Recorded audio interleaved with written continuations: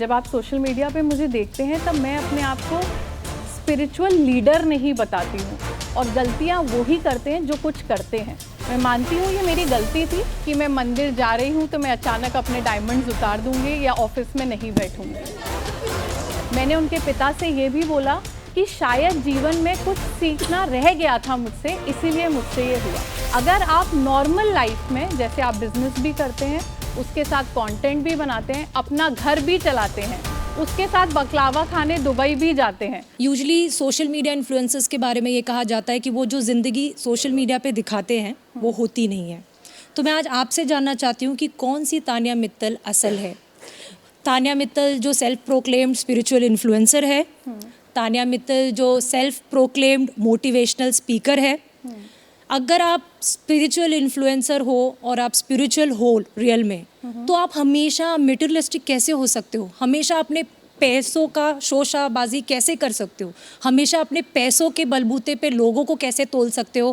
Classist कैसे behave कर सकते हो कि तेरी तो मैं तुझसे बात कर रही हूँ, तेरी खुशनसीबी है, मैं तो इन जैसों के मुंह भी ना लगाऊं। फिर आप कहती हैं कि मैं सोशल मीडिया इन्फ्लुएंसर हूँ और फिर मैं मोटिवेशनल स्पीकर हूँ। मोटिवेशनल स्पीकर तो वो होता है कि जो बंदा अपनी लाइफ में रॉक बॉटम हिट कर गया हो, उसको आप ऐसी बातें कहें कि वो एम्पावर्ड फील करे। लेकिन आपने एक भी कंटेस्टेंट यहाँ पे बचा नहीं है या जो बाहर गए हैं जिनको आपने looks, face, body, career, profession, acting पे शेम ना किया हो। आपने सबको किया है।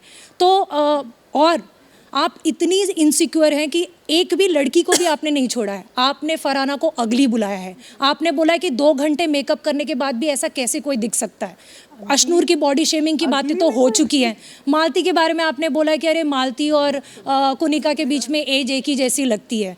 आप हर लड़की से इनसिक्योर हुई हैं। ये कैसा स्पिरिचुअल बंदा, ये कैसा मोटिवेशनल स्पीकर बंदा। मुझे ये जानना है कि कौन सी तानिया मित्तल रियल है, वो जो सोशल मीडिया पे अपने बिजनेस को, क्योंकि आप बिजनेस वुमेन है, बिजनेस वुमेन बनाना चाहती हैं, बिजनेस और बढ़ाना चाहती हैं, क्योंकि आफ्टर ऑल जो दिखता है वो बिकता है।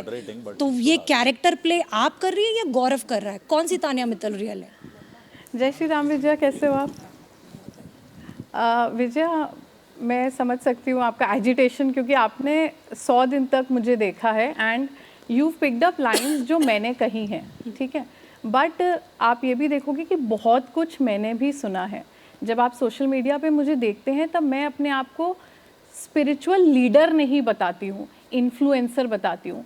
मैं खुद कोशिश कर रही हूँ कि आप तक मंदिरों की कहानियाँ लेकर आऊँ, पर उसमें मैं कभी ऐसा नहीं हुआ है कि मंदिर जा रही हूँ तो अपने बॉडीगार्ड छोड़ दूँ, गाड़ी छोड़ दूँ।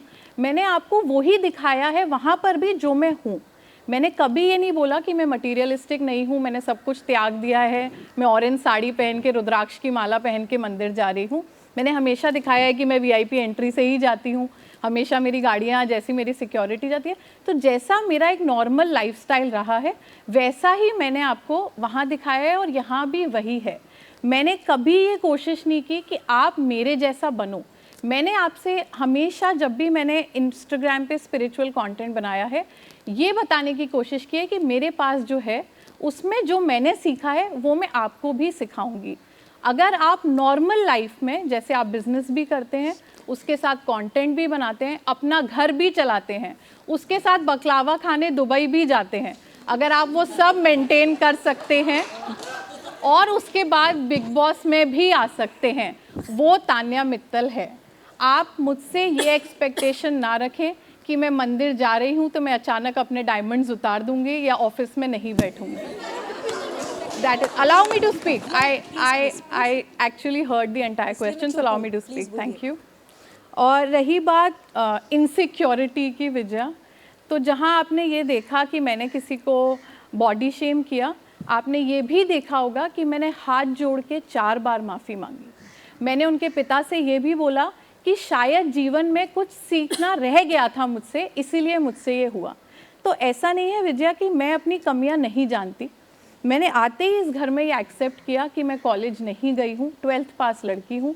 अपने घर वालों के साथ मैं बहुत ज़्यादा रही हूँ, दोस्त मेरे रहे नहीं हैं। बीच में पढ़ाई छोड़ी, मतलब बीच में पढ़ाई छोड़ के वापस आई तो फ्रेंड सर्कल नहीं रहा। जब फ्रेंड सर्कल आपका नहीं रहता है तो आपको एक्चुअल में नहीं पता होता है कि इतने सारे लोगों के साथ आप कैसे रहोगे, और जब वो आपको बुरा भला बोल रहे हैं तो रिटेलिएशन में आप ऐसा क्या बुरा बोलोगे, क्योंकि ना मैं गालियां देती हूँ, ना मुझे बहुत गंदा बोलना आता है, तो मैं इतना ही बोल पाती हूँ तुम बुरी दिख रही हो, तुम ये कर रही हो, क्योंकि मेरी पूरी ज़िंदगी मेरे वार्डरोब्स, मेरे परिवार और कपड़े और इन्हीं चीज़ों में निकल गई। जो इनसिक्योरिटी की बात कर रही हूँ, हर बार पहल आपके तरफ से हुई है। आप कोने में बैठ के आपने लड़कियों को जज किया है, अपने लोगों को जज किया है। मैम आई एम सेइंग, मालती की तो जस्ट एंट्री हुई थी। मैंने इस चीज़ को एक्सेप्ट किया, और जब अशनूर के पिता आए तो उनसे ये बोला कि ये चीज़ मुझे जीवन में सीखनी रह गई थी, और उनके पिता के आने के बाद, या जिस दिन मैंने सलमान सर के सामने माफ़ी मांगी थी, उसके बाद मैंने किसी पे ये नहीं किया। और गलतियाँ वो ही करते हैं जो कुछ करते हैं। मैं मानती हूँ ये मेरी गलती थी, पर उस गलती से मैंने सुधार लाया है, और अगर मैं यहाँ नहीं आती और ये गलती नहीं करती तो शायद मैं ये गलती ताउम्र करती रहती। तो आई थिंक यही लर्निंग है। बिहेवियर बंद करेंगी? ये नार्सिसिस्ट बिहेवियर नहीं है मैडम, क्लासिस्ट बिहेवियर भी नहीं है मैम। ये मेरा सिर्फ एक बोलने का तरीका है, क्योंकि मैं लोगों को बहुत ज़्यादा बुरा भला नहीं बोल सकती, और आपने देखा होगा कि मुझे पीक लेवल पर बुरा भला बोला गया है इस घर में, मेरे करियर, मेरे परिवार, मेरे खानदान, हर किसी पे।